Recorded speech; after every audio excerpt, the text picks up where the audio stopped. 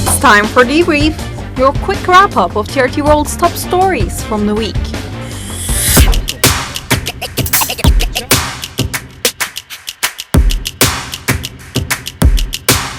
In I don't disagree with the message, but Qatar with the emergency summit that has just wrapped up there in the past few hours, and leaders there have condemned last week's Israeli attack on Doha.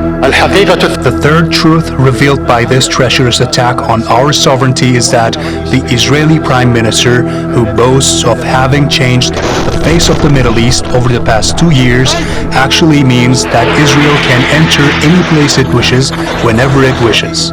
He dreams of turning the Arab region into an Israeli sphere of influence, and this is a dangerous illusion.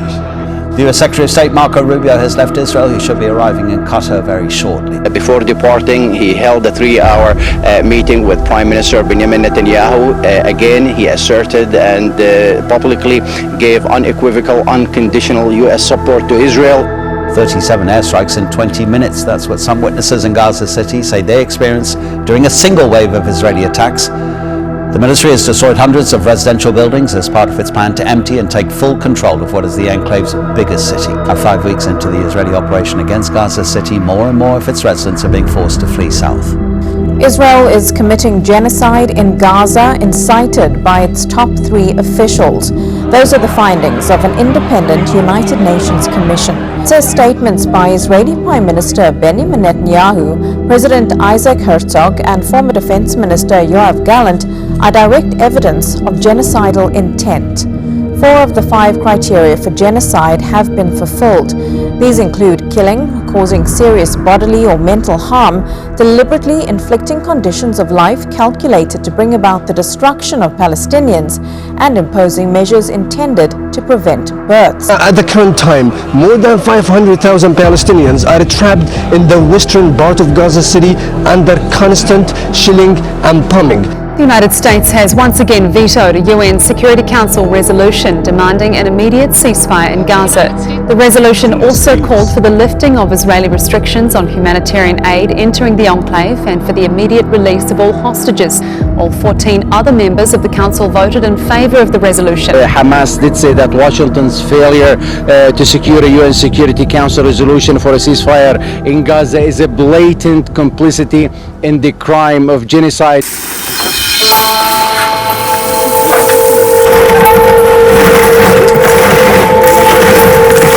Donald Trump is again threatening to impose bigger sanctions on Russia, but he wants NATO allies to act first, urging them to stop buying Russian oil. Trump says when NATO complies, the US will do the same. But President Trump has been accused of failing to follow through on repeated threats of tougher sanctions on Moscow. His latest call on NATO countries could be seen as a further delaying tactic. President Putin, he's let me down. He's really let me down. The European Commission has tabled its latest package of sanctions against Russia. It includes a full ban on buying Russian gas by the start of the year 2027. That's 12 months earlier than previously planned. This is quite a big package compared to the others. They mainly target the banking and the energy sector of Russia. They want to hit Russia at the wallet. They want to stop Russia from being able to fund its war effort. The Russian Foreign Ministry says that in terms of policy change, those sanctions are completely a waste of time and paper, because they are not changing the Russian position, they are not changing the political course that Russia has chosen. Indeed, they are affecting the Russian economy, but Russia is trying to adapt, and it has been doing so successfully. how to repel an airstrike, crush the enemy, plan the use of heavy weaponry. If Russia and Belarus are attacked, these military drills, they say, are all about how they will respond. Poland closed its borders in advance of the exercises, and that was before Russian drones were accused of breaching its airspace, and Romania reported a similar incursion. Russian fighter jets are believed to have breached the airspace of yet another NATO member country, this time Estonia. Tallinn says the three planes crossed the Gulf of Finland and entered Estonian airspace, where they remained for 12 minutes. This days after the Ukrainian president said his country expected 2 more large Russian offensives in the coming months. Volodymyr Zelensky has said just in the last 2 weeks alone that more than 3,500 Russian drones have hit targets or been launched against targets in Ukraine, more than 190 missiles as well. There has been some talk about peace in Ukraine from foreign leaders for much of this year, but the reality is this war is escalating. And even more top stories coming your way in the News and Brief. On Saturday, Venezuela blasted Washington after a U.S. destroyer boarded a tuna boat inside Venezuelan waters, with 18 armed sailors detaining 9 fishermen for 8 hours. Caracas called it a hostile act, pointing out it followed last Tuesday's U.S. strike that killed 11 Venezuelans. Washington says it's cracking down on drug smuggling, while President Nicolas Maduro calls it a serious provocation. He's deploying troops, police, and militias nationwide, as the U.S. bolsters its own forces, including advanced fighter jets, in the Caribbean.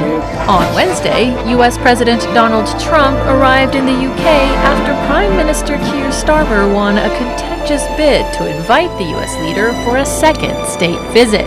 Starmer's premiership has seen serious challenges from far-right rival and Trump ally Nigel Farage, as well as a huge Saturday anti-government protest with connections to Farage's anti-immigrant Reform UK party. And police arrested 4 anti-Trump protesters for projecting images of Trump with convicted pedophile Jeffrey Epstein onto the walls of Windsor Castle.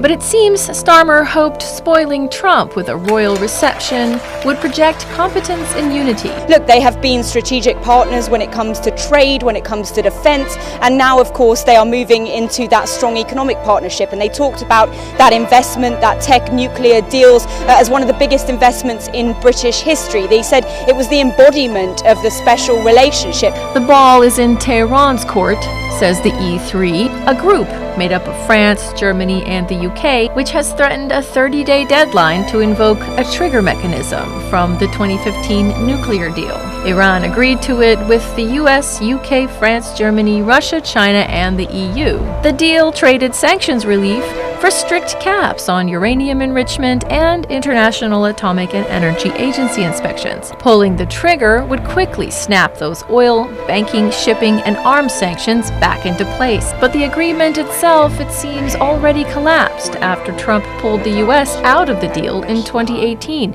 followed by Iran ramping up uranium enrichment beyond limits. And what's left of it expires in October. Last week, Iran signed a cooperation agreement with the IAEA, including, in principle, allowing inspections of nuclear sites again. But the E3 accused Iran of violating the 2015 agreement, and on Friday, the UN General Assembly voted to reimpose the sanctions. And this week, we're including a TRT World special documentary, Under an Olive Tree, the story of 26-year-old Turkish-American activist Ayşenur Ezgi. Hailing from Seattle, Washington, she was a volunteer with the International Solidarity Movement helping West Bank Palestinians targeted by the Israeli occupation. In September 2024, she was shot in the head and killed by Israeli troops while protesting in Nablus against illegal Israeli settlements. On Wednesday, Washington, D.C. restaurant Busboys and Poets hosted a screening of the documentary, which reveals the grim details of the day Ayşenur was killed. Ayşenur's family want the US to launch its own independent investigation into her killing, something successive administrations under Joe Biden and now Donald Trump have so far failed to do. And here is a taste of our programs. The Federal Reserve cut interest rates by a quarter point, its first reduction this year, citing a weakening labour market as a bigger risk than inflation. The decision was supported by 11 of 12 rate setters, though Trump ally Stephen Mnuchin pushed for a larger cut following months of intense pressure from the White House to slash borrowing costs. Most Fed policymakers expect at least 2 more cuts by the end of this year, marking a shift toward looser monetary policy. Now, I feel like our policy has been doing the right thing so far this year. I think we were right to wait and see how tariffs and inflation and the labor market evolved. I think we're now reacting to the much lower level of job creation and other evidence of softening in the labor market and saying, well, those risks are maybe not fully balanced, but moving in the direction of balance now. And so that warrants a change in policy. Jerome Powell has framed this as a risk management cut due to a weakening labour market. How bad is the slowdown in hiring, and what does it signal about the health of the US economy? We're seeing clear weakening. It's hard to tease out because we also have less immigration into the country as well. But they had to counterbalance that against some signs of inflation as well. So they're not in panic mode, but both political pressure and a weakening labor market meant it's time to start cutting. The economy dominated Malawi's general election on September 16th, and fixing it will be a major headache for the next president. Can he stop runaway inflation along with all the other issues marked urgent in his inbox? Beyond campaign promises, Malawians expect the incoming president to deliver immediate and lasting change. They have a long list. They want more jobs and food security.